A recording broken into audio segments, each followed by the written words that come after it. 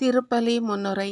இறை மக்களாகிய நாம் இறை நம்பிக்கையில் நிலைத்து வாழ இன்றைய திருப்பலி வழி இறைவன் நம்மை அழைக்கின்றார். நம்பிக்கை என்பது அளவிலோ தோற்றத்திலோ வடிவத்திலோ வெளிப்படுவதில்லை. மாறாக வார்த்தையிலும் வாழ்வியல் செயல்பாடுகளிலும் வெளிப்பட வேண்டும்.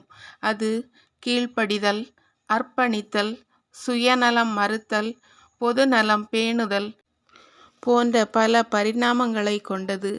நம்பிக்கையில் அன்பு பகிரப்படும், தைரியம் வெளிப்படும், கடவுளின் அதிசயங்களும் அற்புதங்களும் உணரப்படும், பணியாற்றுபவர்களின் பணி மேன்மையாக கருதப்படும். நம்பிக்கை உள்ள மனிதரிடம் நன்றியுள்ளம் மேன்மை பாராட்டும். நேரத்தையும் வார்த்தைகளையும் சரியாக பயன்படுத்தி வெற்றிகளை முரசு கொட்டி கொண்டாடுவதும் நம்பிக்கையின் அடையாளம். தொடர்ந்து செயல்படுவதும் இறை வார்த்தை மற்றும் இறை வேண்டலிலும் நிலைத்திருப்பதும் நம் இறை நம்பிக்கையை பெருகச் செய்யும். உணவு இல்லாத உடல் சோர்ந்து போவது போல இறை நம்பிக்கை இல்லாத வாழ்வு தளர்ந்து போகும்.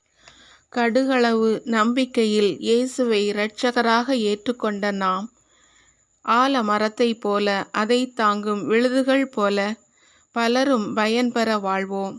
ஊரும் உறவும் பிழைக்க தெரியாதவன் என்று வசை பாடினாலும் அன்பு பணியாற்ற அருள் புரிந்த ஆண்டவரில் மகிழ்ந்து அனைத்து நலன்களையும் வளங்களையும் பகிர்ந்து வாழும் மனநிலை வேண்டி இறை நம்பிக்கையில் நிலைத்து வாழும் வரம் வேண்டி இன்றைய திருப்பலியில் இணைந்து ஜெபிப்போம். முதல் வாசக முன்னுரை.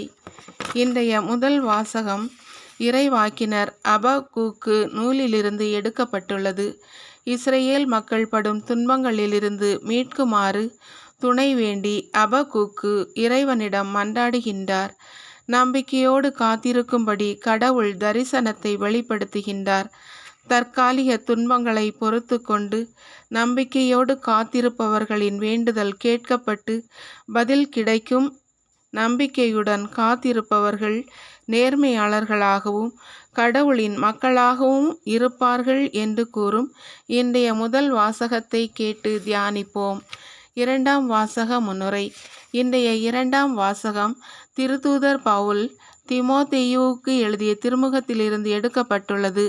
கடவுளின் அன்பை ஏற்று பயபக்தியுடன் கடவுள் மீது நம்பிக்கை வைத்து நற்பண்புகளை தேடும்போது ஏற்படும் தடுமாற்றங்களில் வெற்றி பெறவும், கிறிஸ்துவின் இரண்டாம் வருகையின் போது எந்த பழுதுமின்றி நம்பிக்கையில் நிலைத்திருந்து நமது நற்செயல்களால் பலரையும் முடிவில்லா வாழ்விற்கு அழைத்து செல்லவும் வரம் வேண்டி இன்றைய இரண்டாம் வாசகத்தை கேட்டு தியானிப்போம்.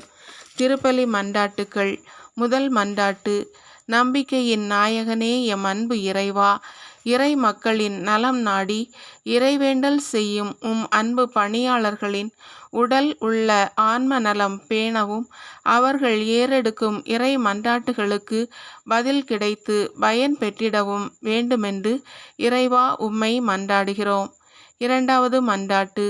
உன் நம்பிக்கை உன்னை குணமாக்கிற்று என்று மொழிந்த எம் அன்பு இறைவா, துன்பங்கள் வலிகள் வேதனைகளில் அழுது புலம்பிக் கொண்டிருக்கும் உம் அன்பு பிள்ளைகள் ஒவ்வொருவரும் இறை நம்பிக்கையில் நிலைத்திருந்து அருள் வளங்களால் வாழ்வு பெற்று இவ்வையகத்தில் வாழ்வாங்கு வாழ்ந்திட வரம் தர வேண்டுமென்று இறைவா உம்மை மன்றாடுகிறோம்.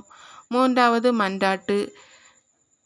நம்பினால் நன்மையை காண்பாய் என்று வாக்களித்த எம் அன்பு இறைவா, இளைஞர்கள் மற்றும் மாணவர்கள் சிறந்ததொரு லட்சியத்தை தெரிவு செய்து தொலைவில் தெரியும் வெற்றியை அனுதின இறைவேண்டல் மற்றும் உயிரூட்டமுள்ள செயல்பாடுகள் வழி பெற்று மானுடம் மேன்மையுற செய்திட வழிகாட்டிட வேண்டுமென்று இறைவா உம்மை மன்றாடுகிறோம். நான்காவது மன்றாட்டு. நம்பினவரை காப்பவரே எம் அன்பு இறைவா, நாட்டு தலைவர்களும் குடும்ப தலைவர்களும் தம்மை சார்ந்தவர்களுக்கும் தம் மக்களுக்கும் சிறந்ததொரு எதிர்காலத்தை உருவாக்குவதற்கான வாய்ப்புகளையும் வசதிகளையும் செய்து கொடுக்கும் ஞானத்தை அவர்களுக்கு தந்திட வேண்டுமென்று இறைவா உம்மை மன்றாடுகிறோம். ஐந்தாவது மன்றாட்டு. நலன்களால் எம்மை நிரப்பும் எம் நல்ல இறைவா, வாழ்வில் வரும் துன்பங்களாலும் போராட்டங்களாலும் நிலை குலைந்து போகாமல் இறைவன் பாதமே தஞ்சம் என்று காத்திருந்து வெற்றி பெற்று வாழ்ந்திடும் வரம் தர வேண்டுமென்று இறைவா உம்மை மன்றாடுகிறோம்.